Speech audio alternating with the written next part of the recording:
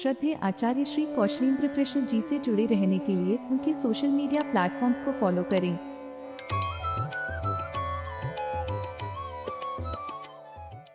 आप सबको रामनवमी की ढेर सारी शुभकामनाएं। और वैसे यह जो वीडियो है ये आपको सोमवार को प्राप्त होगा हमारे सब्सक्राइबर्स को, किंतु हमारे जो प्राधानिक सदस्यता एवं उससे श्रेष्ठ सदस्यताओं में ज्वाइंट हमारे मेंबर्स हैं, जिन्होंने इस चैनल को ज्वाइन किया है, केवल सब्सक्राइब नहीं अभी तो ज्वाइन भी कर लिया है, उन मेंबर्स को यह जो वीडियो है यह रामनवमी के ही दिन प्राप्त हो जाएगा। तो आपको भी, जिनको ये वीडियो रविवार को शाम को रामनवमी के दिन प्राप्त हुआ और जिनको सोमवार को प्राप्त हो रहा है, उनको भी फिर से रामनवमी की ढेर सारी शुभकामनाएं। और हमको भी शुभकामनाएं प्राप्त हुई और शुभकामनाओं के साथ ही एक प्रश्न भी आया कि रावण ब्राह्मण था कि क्या था, उसको ब्राह्मण माने कि नहीं। तो आज इसी विषय पर चर्चा करेंगे। वीडियो बड़ा रोचक है, नई नई बातें जानने का मौका है, कोई भाग छूटे नहीं, ध्यान से वीडियो को देखिए, पूरे ध्यान से। श्रीमन नारायण विजयते हमारे जितने भी ज्येष्ठ जन हैं, श्रेष्ठ जन हैं, अग्रज हैं, गुरुजन हैं, सबके चरणों में कोटि कोटि वंदन समर्पित करते हुए हम आज के इस वीडियो को प्रारंभ करेंगे। और देखिए, रावण ब्राह्मण है कि नहीं, ये प्रश्न वस्तुतः अधूरा है, क्योंकि रामायण शतकोटि अपारा, रामायण अनेकों हुए हैं। ऐसे में राम, कृष्ण, कंस, रावण इत्यादि भी अनेकों हुए हैं। और जैसे कि रामनवमी का महापर्व है, उसी प्रकार से रामनवमी के ही दिन महातारा जयंती भी है। किसी कल्प में विष्णु राम बन के आते हैं तो किसी कल्प में तारा जो है राम के रूप में अवतरित हो जाती हैं, जगदम्बिका पराम्बा भगवती। तथैव उसी प्रकार से रावण का किरदार, राम एक किरदार है, एक पात्र है, जिस पात्र को कभी विष्णु तो कभी देवी निभाती हैं। उसी प्रकार से रावण का किरदार कौन निभा रहा है, ये भी प्रश्न है। ये सब लीला है, लीला कर्म से भिन्न होती है। कर्म और लीला दो प्रकार की सत्ता है इस क्षेत्र में। जहाँ कर्म में कर्ता, कर्तृत्व और कर्म तीनों की त्रिपुटी विद्यमान रहती है, वहीं लीला में ये जो त्रिपुटी है ये नहीं होती। इसीलिए क्योंकि न कर्म है, न कर्ता है, न तो कर्तृत्व का आभास है, तो जो लीला करने वाले हैं वो पाप और पुण्य से मुक्त रहते हैं। वस्तुतः लीला तो भगवान के पार्षद ही कर सकते हैं, उनके जो अनुचर जो उनके लीला में भाग लेने के लिए अवतरित होकर के आते हैं। और स्वयं जो परमपिता परमेश्वर जब लीला करने के लिए अवतरित होकर के इस धराधाम में आते हैं तो वो लीला करते हैं। और यदि इसको सरलता से समझना है लीला को, तो समझिए कि लीला जो है वो स्टेज शो है, मंचन है, या झांकी समझ सकते हैं इसको। जैसे मंच में कोई राम, कोई लक्ष्मण, कोई रावण बन करके उनका किरदार निभाता है, यही लीला में भी होता है। मानो सुरेश राम बन गया, दिनेश लक्ष्मण बन गया, दीपक रावण बन गया। इसी प्रकार से तो रामायण तो अनेकों हैं, अतः रावण भी अनेक है। और श्री रामचरितमानस में ही प्रताप भानु रावण का वर्णन हमको प्राप्त होता है। इसके अतिरिक्त भी रुद्रगण रावण, जालंधर रावण इत्यादि रावण हैं, और इनके सिर भी अनेक हुए हैं। ऐसा नहीं कि 10 ही सिर हो। दशानन को तो आप सब जानते हैं, किंतु शतानन भी हुआ है जिसके 100 मस्तक थे। और सबसे आश्चर्य की बात यह है कि इस शतानन का वध श्री रामचंद्र ने नहीं अपितु श्री सीता जी ने किया था। भविष्य पुराण में एक और रावण का वर्णन आता है जिसको ब्रह्मांड रावण के नाम से जाना जाता है। इसको सहस्रानन भी कहते हैं। सहस्रानन का तात्पर्य जिसका मस्तक 5-10 नहीं, 100 भी नहीं, सहस्र अर्थात 1000 जिसका मस्तक हो। और इसका वध भी श्री सीता जी ने ही किया था। तो इसका वर्णन भविष्य पुराण में है, साथ ही साथ में शैव रामायण में भी इसका वर्णन हमको प्राप्त होता है। तो ये भी एक रावण है। और इसके उपरांत एक हिरण्यकशिपु रावण भी है। शनकादि मुनियों के श्राप से जय विजय नामक विष्णु दूतों का रावण एवं कुंभकर्ण के रूप में भी जन्म हुआ था। यह सर्वविदित है, सब जानते हैं। और यही जो है, ये रावण और कुंभकर्ण होने से पहले जो जय विजय हैं वही श्राप के कारण ही, क्योंकि 3 जन्मों तक इनको राक्षस होना था। तो पहले जन्म में हिरण्याक्ष एवं हिरण्यकशिपु थे, दूसरे जन्म में रावण तथा कुंभकर्ण थे, तीसरे जन्म में शिशुपाल और दंतवक्त्र के रूप में इनका जन्म हुआ था। और तीनों जन्मों में दोनों भाइयों को भगवान जो है वो सद्गति प्रदान करने अवतरित होकर के आते थे। तो ये बात है। अब एक बात और जानने वाली है कि अधिकांश रावणों का जन्म विश्रवा ऋषि से ही हुआ है, अर्थात उनके पिता के रूप में विश्रवा ऋषि का ही नाम ख्यात है। रामचरितमानस में भी संकेत मिला कि पुलस्त्य करनाति, ये संकेत है। कैसे संकेत हुआ? क्योंकि पुलस्त्य जो है विश्रवा के पिता हैं और रावण जो है विश्रवा के पुत्र हैं। तो पुलस्त्य के नाती कौन हुए? रावण ही हुए। तो ये वहाँ पर संकेत मिलता है। हालांकि एक अपवाद भी है, ब्रह्मांड रावण का जो अभी वर्णन हुआ, जो भविष्य पुराण में जो मिलता है, सहस्रानन 1000 मस्तक वाला, ये सीधे भगवान रुद्र के, भगवान शिव के मुख से उत्पन्न हुआ था। तो ये एकमात्र अपवाद है हमारी बुद्धि में। तो इस प्रकार से रावण अनेक हैं, रामायण भी अनेक हैं, और 16 बार तो काकभुसुंडी जी ने ही रामायण देखी है। किंतु प्रश्न वहीं का वहीं है, अभी तक कि रावण ब्राह्मण था कि नहीं। क्या ब्राह्मणों को रावण पर गर्व करना चाहिए? जैसे कि दादा रावण कहकर एक तो दलित बंधु चिल्लाते हैं, दूसरे ब्राह्मण चिल्लाते हैं। इसके अतिरिक्त जो राक्षस कुल के जो आदिवासी हैं, राक्षस कबीले वाले, वो भी चिल्लाते हैं कि हमारे पूर्वज थे। तो आखिर इसका निष्कर्ष क्या निकलेगा? तो देखिए, स्कंद पुराण में एक ब्रह्मखंड है, उसमें सेतु महात्म्य है, और उसमें बहुत सारे अध्याय हैं, जिसमें से 47वां अध्याय देखने योग्य है इस विषय पर। विश्रवा के पुत्र के विषय में, एक कुबेर नाम के जो थे, उनके विषय में सब जानते हैं। धन के देवता हैं कुबेर, और उनकी कीर्ति को जब सुमाली नामक राक्षस ने देखी तो वो अत्यंत आश्चर्यचकित हो गया, और आश्चर्यचकित होकर के यह सोचा कि जिस प्रकार से विश्रवा का यह अत्यंत वैभववान, धन संपन्न, धन का अधीश्वर, देवस्वरूप कुबेर नामक पुत्र है, उसी प्रकार से पुत्र यदि हमारे भी राक्षस कुल में हो जाए तो हम सर्वत्र निर्भीकता पूर्वक विचरण करेंगे, किसी का भी हमको कोई भय नहीं रहेगा। यह सोच करके इस सुमाली ने अपनी पुत्री कैकसी को विश्रवा के पास भेजा। अब विश्रवा के पास कैकसी जाती हैं, जा करके उनको विवाह का प्रस्ताव देती हैं। तब पुत्र उत्पत्ति के समय में, गर्भाधान के समय में, विश्रवा अपनी कैकसी नामक भार्या से कहते हैं कि अभी जिस समय तुम गर्भाधान की इच्छा कर रही हो देवी, यह समय सायंकाल का है।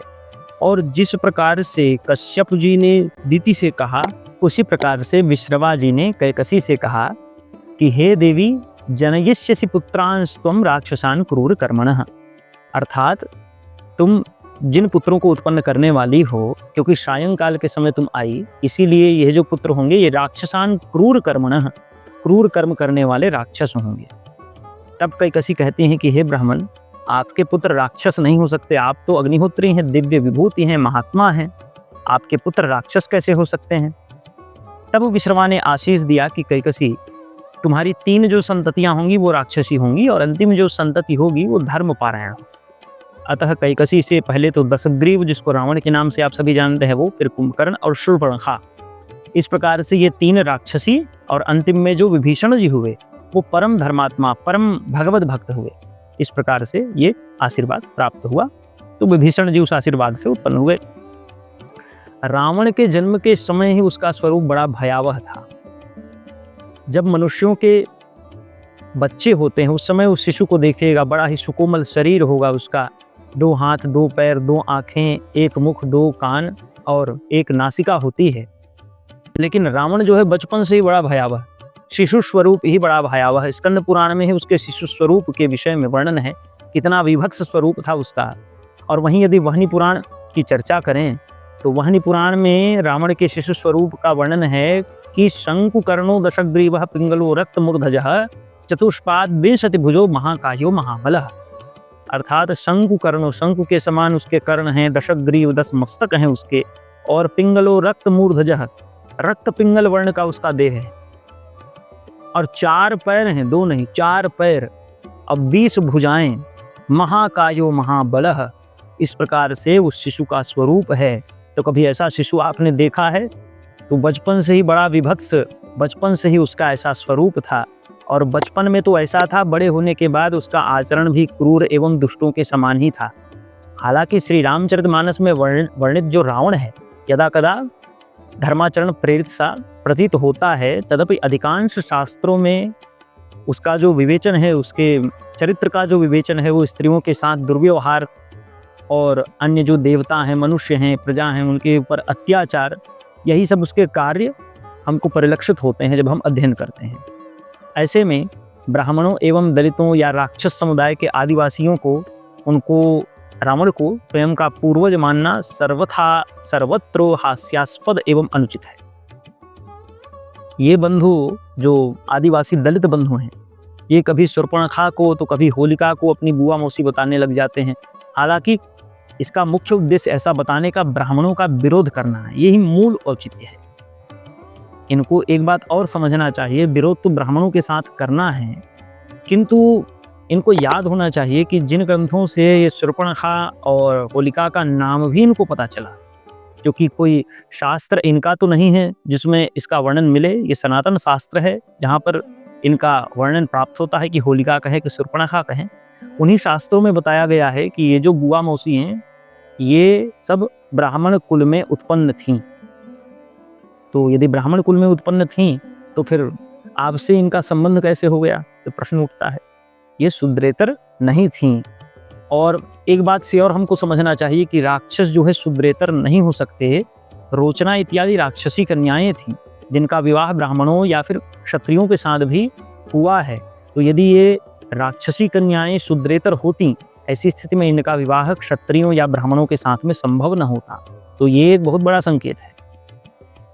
राक्षस जो आदिवासी समुदाय है वास्तव में राक्षसों से, जो हमारे पौराणिक राक्षस हैं उनसे उसी प्रकार से भिन्न है जैसे नाग नामक मानव वंश जो प्राप्त होता है, संभवतः पूर्वांचल भारत में उनके संकेत मिलते हैं, वो पाताल में स्थित नागों से भिन्न है। इसी प्रकार से राक्षस आदिवासी वास्तविक जो राक्षस जो शास्त्रों में वर्णित हैं उनसे भिन्न है, ऐसा हमको समझना चाहिए।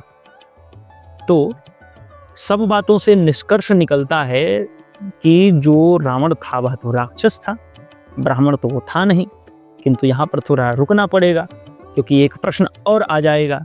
जो भी जानकार है उनके मन में ये प्रश्न घूम ही रहा होगा जब ये वीडियो देख रहे होंगे कि जब रावण का भगवान रामचंद्र वध करते हैं तो श्री रामचंद्र जी को ब्रह्म हत्या लगी थी। अब यदि रावण राक्षस है, ब्राह्मण नहीं है, ऐसी स्थिति में श्री रामचंद्र को ब्रह्म हत्या कैसे लगी, ये भी एक प्रश्न है, क्योंकि ब्रह्म हत्या तो ब्राह्मण के वध से ही लगती है। तो अभी इसी वीडियो में, इसी चर्चा के मध्य में स्कंद पुराण के जिस अध्याय का वर्णन हुआ, जिसकी चर्चा हुई, उसी अध्याय का प्रारंभ ही इसी विषय से हुआ है कि रावण राक्षस था। तो राम ने जब रावण का वध किया तो उनको ब्रह्म हत्या कैसे लग गई। जो शौनक आदि ऋषिगण हैं वो ऋषिगण प्रश्न करते हैं सूत जी से कि यदि रावण राक्षस था महाराज, ऐसी स्थिति में रावण के वध से श्री रामचंद्र जी को ब्रह्म हत्या कैसे लग गई। इसका उत्तर सूत जी ने दिया कि वह रावण राक्षस तो था किंतु ब्रह्म तेज से उत्पन्न था, अतः भगवान को ब्रह्म हत्या लगी। ठीक उसी प्रकार जैसे वृत्रासुर था तो राक्षस किंतु उसके वध के पश्चात इंद्र को ब्रह्म हत्या लगी थी, उसी प्रकार से अब उत्सुक लोगों के मन में एक और प्रश्न उठेगा फिर से कि यदि रावण के वध से ब्रह्म हत्या लगी, ऐसी स्थिति में हिरण्याक्ष और हिरण्यकशिपु के वध से भी भगवान को ब्रह्म हत्या लगनी चाहिए थी, तो तब ब्रह्म हत्या क्यों न लगी। ये भी तो ब्राह्मण मुनि कश्यप तथा दिति के ही पुत्र थे। तो देखिए भैया, भगवान को ब्रह्म हत्या कभी भी लग ही नहीं सकती। इसका प्रमाण श्रीमद् भागवत के बलभद्र भगवान द्वारा सूत जी के, जो रोमहर्षण सूत जी थे, उनके वध के प्रसंग में हमको प्राप्त होता है। जब सूत जी का वध बलदाऊ भैया के हाथों हो गया, तब शौनक आदि ऋषिगण जो थे वो भगवान बलभद्र के समक्ष हाथ जोड़ करके कहते हैं कि योगेश्वरस्य भवतो नामना योपि नियामकः। हे प्रभु, कोई भी आमनाय आपका नियामक नहीं है, आपके ऊपर शासन नहीं कर सकता, क्योंकि आप तो योगेश्वर हैं। प्रभु, आपको ब्रह्म हत्या कभी लग ही नहीं सकती, चूंकि आपके हाथों से एक ब्राह्मण का वध हुआ है। अग्निकुंड समुद्भूतः सूतो विमल मानसः, उनका वध आपके हाथों हो गया है। ऐसी स्थिति में यदि आप सामान्य होते तो निश्चित ही आपको ब्रह्म हत्या लगती। वस्तुतः आपको लगेगी नहीं क्योंकि आप ब्रह्म हैं, किंतु आपने लीला विग्रह लिया हुआ है, इस कारण आपको ब्रह्म हत्या को ग्रहण कर लेना चाहिए। यदि आप ऐसा नहीं करते हैं तो इतर जो लोग हैं वो लोग भी ब्रह्म हत्या का सम्मान नहीं करेंगे, ब्रह्म हत्या से भय नहीं खाएंगे, डरेंगे नहीं। तब भगवान बलभद्र ने सूत जी के वध का प्रायश्चित किया था, ब्रह्म हत्या का प्रायश्चित किया था। तो भगवान को ब्रह्म हत्या कभी नहीं लग सकती। वे ग्रहण करें तो ठीक या न करें, ये उनकी चॉइस है भैया। वहीं एक और बात यहाँ पर समझ में आती है कि वाराह रूप में एवं नृसिंह रूप में और वाराह रूप में आकर के भगवान ने हिरण्याक्ष तथा हिरण्यकशिपु का वध किया था। अब वाराह रूप और नृसिंह रूप ये दोनों अमानुषी स्वरूप हैं। ऐसी स्थिति में अमानुषी लीला करने के कारण ब्रह्म हत्या का तो प्रश्न ही नहीं उठता। क्यों? क्योंकि जानवरों को, जंतुओं को कभी ब्रह्म हत्या लग ही नहीं सकती। और जंतु का स्वरूप, अमानुषी स्वरूप भगवान ने ग्रहण किया था। अतः हिरण्याक्ष और हिरण्यकशिपु के वध से ब्रह्म हत्या नहीं लग सकती। तो चर्चा रावण की कर रहे थे तो सब कुछ तो स्पष्ट ही है, और रावण का आचरण जो था वह बहुत ही निंद्य था तथा अनुकरणीय तो कदापि नहीं था। तदपि हमें रावण को अपशब्द नहीं बोलना चाहिए, क्योंकि मूलतः वह भगवान का पार्षद ही था। हमारे क्षेत्र में, हमारा जो छत्तीसगढ़ है, उस क्षेत्र में ग्रामदेव के रूप में भैंसासुर अर्थात महिषासुर की पूजा होती है। अब प्रश्न उठेगा कि वह तो राक्षस था, पूजा क्यों होती है? क्योंकि भगवती के हाथों वध के उपरांत ही उसके सारे पाप समाप्त हो गए थे और वह भगवती का विशेष पार्षद हो गया था, और तब से वह पूज्य हो गया, ऐसा हमको समझना चाहिए। वैसे भी यदि कालिका पुराण का हम अवलोकन करें तो उसमें तो इस महिषासुर को भगवती का परम भक्त ही बताया गया है, और पूजा क्रम में भी महिषासुर की पूजा के बिना भगवती की पूजा अधूरी रहती है। ये मर्मज्ञ भली भांति जानते हैं, समझते हैं। इसी प्रकार से रावण तो पूर्व से ही भगवान का पार्षद ही था, बाद में भी उसका वह स्थान स्थायी ही है। हमारे छत्तीसगढ़ में ही मुंगेली जिले में मुंगेली से लगभग 15 से 17 किलोमीटर दूर एक तेतगंगा नाम का स्थान है, कमरधा मुंगेली रोड में। वहाँ पर बहुत प्राचीन एक राम मंदिर है, उसमें द्वारपाल के रूप में रावण प्राचीन काल से विराजमान है। ये पूरे विश्व में अपने जैसा एकमेव मंदिर है जहाँ पर स्वयं रावण द्वारपाल के रूप में विराजमान है, उसकी भी पूजा होती है। बड़ा ही दर्शनीय स्थल है। अतः रावण पूज्य है, दहन एक परंपरा है, अतः ग्राह्य है, किंतु उसकी छवि पर ब्राह्मण नवयुवकों को गर्व नहीं करना चाहिए, यह उचित नहीं है। क्योंकि हमारे पास क्या कश्यप ऋषियों के समान ऋषि नहीं है जिन पर हम गर्व करें? प्रजापति नहीं है? क्या वाराह, मिहिर, भास्कर आदि महामतियों के समान महापुरुष नहीं है? क्या उनकी कमी है कि हम उनको छोड़ करके ऐसे प्रकृति वाले राक्षसों पर, भले ही वो अवतरित हुए थे, वो भगवान के ही स्वरूप थे, हम आज उनकी पूजा ही क्यों न करें, लेकिन उनके चरित्र पर हम गर्व करें? ये उचित नहीं है। अस्तु, तो निश्चित रूप से आप सबके समक्ष यह स्पष्ट हो गया होगा कि रावण को हमको क्या समझना चाहिए। इसी के साथ इस वीडियो को लाइक करें, शेयर करें, सब्सक्राइब करें चैनल को, और इस भाग से कोई भी प्रश्न यदि हो तो आप कमेंट करके उस प्रश्न को हमारे सम्मुख प्रकट करें। और यदि आपके मन में हमारी कौशलोदय टीम के लिए कोई भी सलाह हो तो आप हमारे लिए अधिक ही महत्वपूर्ण हो जाते हैं। हमारे चैनल में सलाहकार का विशेषाधिकार प्राप्त करने हेतु सब्सक्राइब बटन के बगल में दिए गए ज्वाइन बटन को क्लिक करिए और वहाँ पर सारा विवरण आ जाएगा। उसके उपरांत जैसी आपकी इच्छा वैसे आप कदम बढ़ाइएगा। हमारा फेसबुक का पेज है, व्हाट्सएप का चैनल है, टेलीग्राम का चैनल है और इंस्टाग्राम है तथा वेबसाइट भी है। इन सब से जुड़ करके आप नई अधिसूचनाओं को सर्वप्रथम प्राप्त कर सकते हैं। इन सब का लिंक आपको वीडियो के डिस्क्रिप्शन में प्राप्त हो जाएगा। इसी के साथ हमारी भागवत कथा के आयोजन से संबद्ध कोई भी प्रश्न यदि आपके मन में है तो हमारा व्हाट्सएप नंबर भी इसी वीडियो के डिस्क्रिप्शन में उपलब्ध हो जाएगा। वहाँ पर जा करके आप अवश्य निरीक्षण करिएगा। और यदि हमारी कौशलोदय टीम को आप आर्थिक सहयोग करना चाहते हैं, क्योंकि वीडियो के माध्यम से, यूट्यूब के माध्यम से एवं अन्य प्रकल्पों से आर्थिक सहयोग नहीं होता, और इस प्रकार से वीडियोज़ इत्यादि के लिए और व्यवस्थाओं के लिए लोगों की आवश्यकता होती है, और लोगों के लिए आर्थिक सुदृढ़ता बहुत आवश्यक है। तो यदि आर्थिक आप हमारा सहयोग करना चाहते हैं तो उसकी विधि इस वीडियो के कमेंट बॉक्स में पिंड कमेंट के रूप में प्राप्त हो जाएगी, तो एक बार वहाँ पर भी निरीक्षण अवश्य करें। इसी के साथ इस वीडियो को हम यहीं पर संपन्न करते हैं। आशा है यह वीडियो आपको पसंद आया होगा। जय श्रीमन नारायण।